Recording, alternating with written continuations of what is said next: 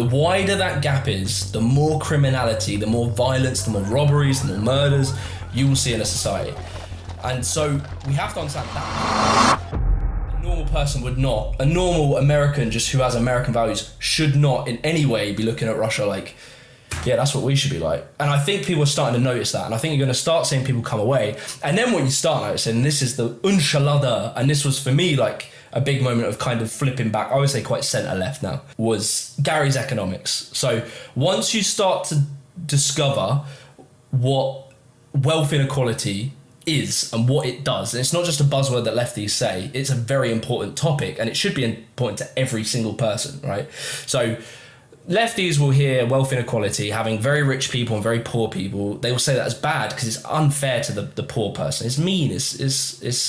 It's horrible. They should be having a better life. We should look after people. If you say that to a right winger, they will go, I don't really care. Like, to be honest, like they need to work harder. They need to get themselves out. Life's stressful for me. I need to get myself out. And that's a perfectly, in theory, fair attitude, right? Life is tough and we should look out for ourselves. So they won't hear that. But what you need to start to understand, and this is what flipped my perspective on sort of, I guess, the right-wing side, is that all of the things that we dislike in modern society, say you talk about crime, or, I don't know, my city centre looks shit and it's like everything's crappy, or like our NHS has a long waiting queue and all this stuff, right? Just services are worse, house prices are higher, paying for gas, paying for electric, everything's tougher. And specifically crime. All right, when you look at this, these are the outcomes of wealth inequality. And one of the main things I think you can probably speak to, like what kind of convinced me, is when I learned about, and I always reply to comments on this, is when you learn about the Gini coefficient. And so I watched a video from Jordan Peterson a long time ago, and he talked about the Gini coefficient, which was this measure of inequality in a society. And there is from my understanding, there is a very tightly connected link between widening wealth inequality and criminality and antisocial behaviour. The wider that gap is, the more criminality, the more violence, the more robberies, the more murders you will see in a society. And so we have to understand that is because of wealth inequality, right? It's a byproduct of that. And why is that? And this is another thing that clocked me. And this is the left wing won't make these arguments because there's a lot of things in the lefty kind of attitude where they don't agree with all this sort of stuff. But why they start becoming more violent is because of, I think, and what I understand, is like the male nature of status building, and the fact everyone wants to build their status in life, men and women, but the fact that men are more likely to take risks and they're more likely to be violent.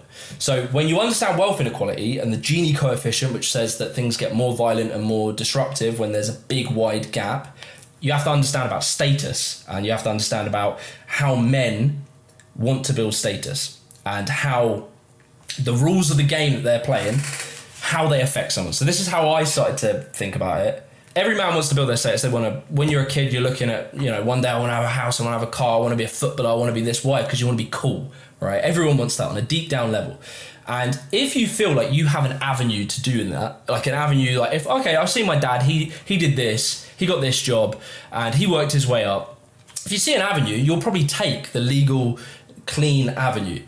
But if that avenue is blocked off to you, you will take shortcuts to get to it, right? So if by the product of where you grew up, you were naughty in school, you got kicked out of school, so therefore you didn't get to go to university, so therefore you don't have a degree, so therefore you can't take the entry-level job into the thing that's going to make you better, and you're looking at your life and you're going, fuck me, I've got no way of getting into this society where my life can get better.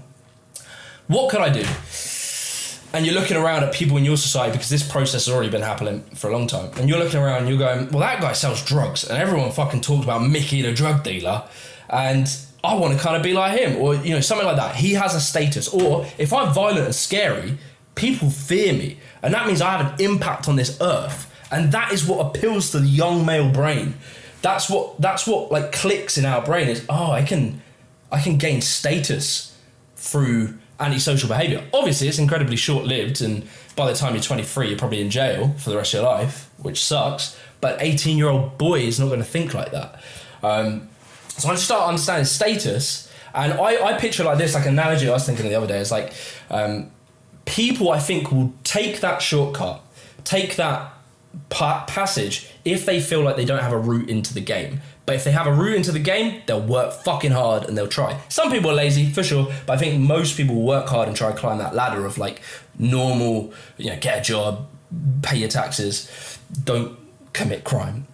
They'll climb that ladder. So I was thinking about Monopoly, and I think Monopoly or Risk is another game where you can see inequality at play and how it affects your enjoyment, which we could correlate to fair participation into the world. So if we think of Monopoly, picture this, I'm playing Monopoly with a fucking 5-year-old kid, 5-year-old boy, and I show him this game. He's like, oh, this is fun. We play for I tell him the rules. You buy this, you sell it to me. And for the first hour of Monopoly, you really enjoy it. So say this 5-year-old's first time he's played it, and he's playing, and he's made some money. He's made a little bit of money. He feels really good. And then he loses some money. Oh shit! But he's only lost a little bit of money. He's still in the game. He can get there. I'm now winning, but only by a little bit. He can still play. So he's motivated. But we all know, if we've ever played Monopoly, the same exists in Risk, is once this consolidation of wealth happens, that gap, when unchecked, grows massive. So there comes a point when you play Monopoly where you're winning so badly, you're winning so much. The little fucking Billy, he doesn't have a fucking chance, and he knows it. He's looking at you like, you have so much money, I can't even fucking play the game without you taxing me to oblivion. I can't fucking play the game. And so what does little Billy do? Hour 2 of Monopoly. What's little Billy doing? He's pissed off. He's angry. He's like, oh, fuck this game. He's getting moody, he's swearing, he's angry. He's getting, when you start to charge him for things, he's now angry at you for doing it. He's actually emotionally angry, and you're playing a fucking video game. And so what then happens is he picks up his pieces, he starts throwing it, he's like, fuck this, I ain't playing. That, in my opinion, maps on to inequality in society.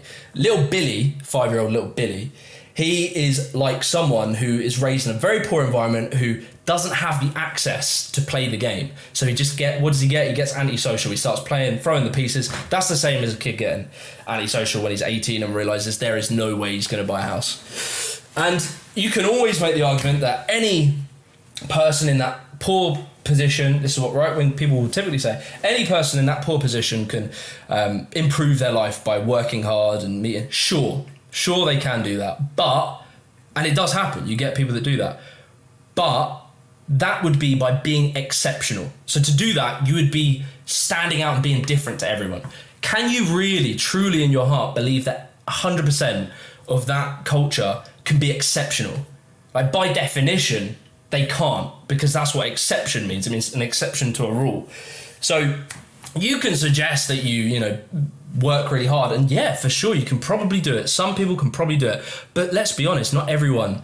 Some people are just normal people. Some people are just average people, and wealth inequality is the thing in society that we need to tackle. And that's why I moved away kind of from right wing, at least on economics. I have definitely, I agree with them on some stuff, but when it comes to economics and how economics affects, and wealth inequality, how it affects people, the left-wing people understand it better. Not massively, but they understand that wealth inequality is a serious problem, but they see it from the wrong side. They see it from just empathy, which is important, but it's not the be-all and end-all. It should be, give people a selfish argument. Your life will get worse because of wealth inequality. That's it. So that was my whole spiel on why I think people will start to move away from right-wing politics in this current climate. It will change because life is limbo and no one thing is the answer forever.